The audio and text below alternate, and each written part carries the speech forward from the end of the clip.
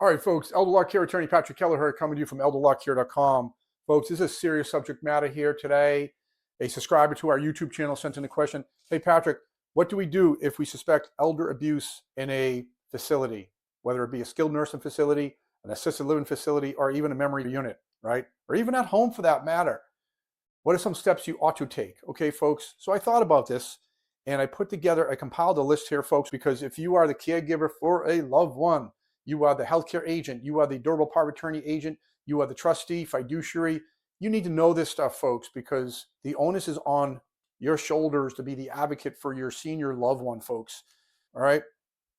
Number one, folks, if you have a loved one that is in a facility, be it a skilled nursing facility, assisted living facility, memory care unit, and if you suspect that there's negligence or abuse in some manner or some degree, number one, before you ring the fire alarm, you want to bring it to the attention to the management of that facility. Have a conversation with the nurse manager, the nurse supervisor, the first person in charge. I'll share a story with you. My dad sadly ended up in a nursing home, and I was there one day, and my dad was in his wheelchair and he wanted to go back into his bed.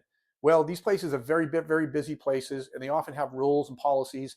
And I asked a nice lady, could you assist my dad get back into the bed?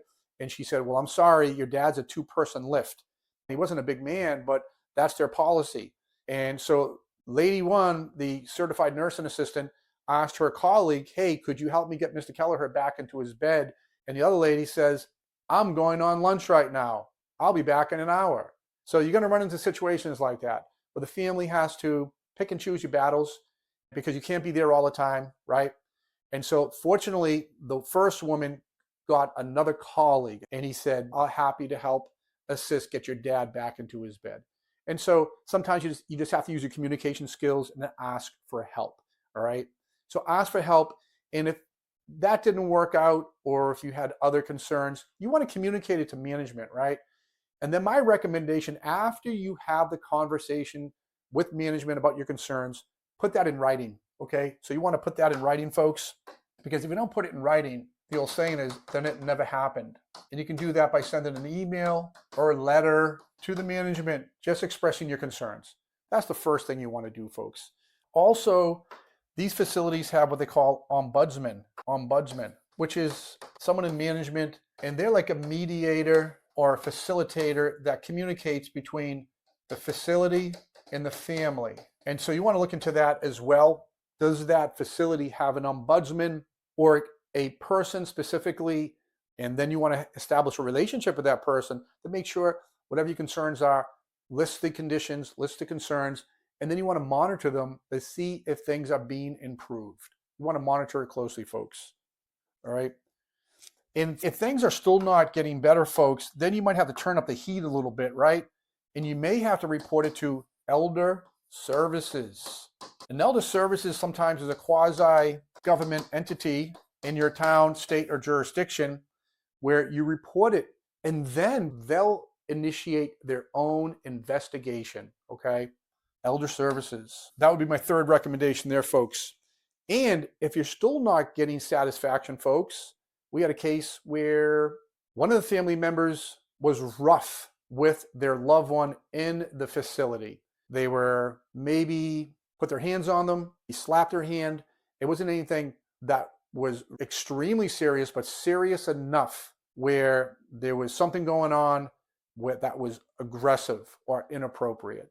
So that itself, folks, could trigger law enforcement, okay? So law enforcement, and that would be if somebody was being rough with your elder in the facility, and if your elder maybe said something and that person maybe hit them or assaulted them, right? Could be an assault, right? Assault and battery, all right? That's when you may have to get your local law enforcement involved.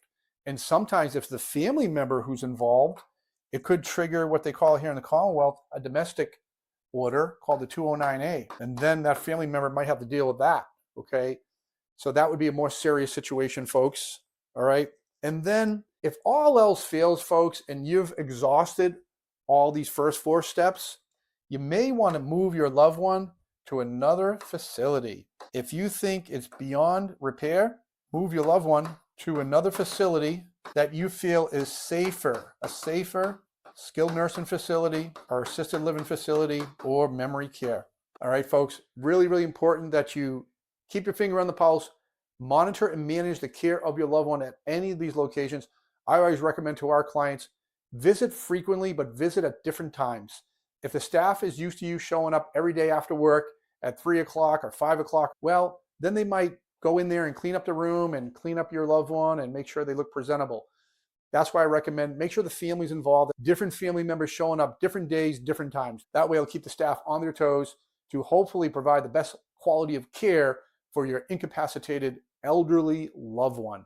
Folks, hopefully you found that helpful. If so, leave a comment, share the video, and make sure you subscribe and click that notification bell so we'll keep you updated when we release other videos as well. Folks, Patrick Kelleher, Elder Law Care. Thanks for joining us here today.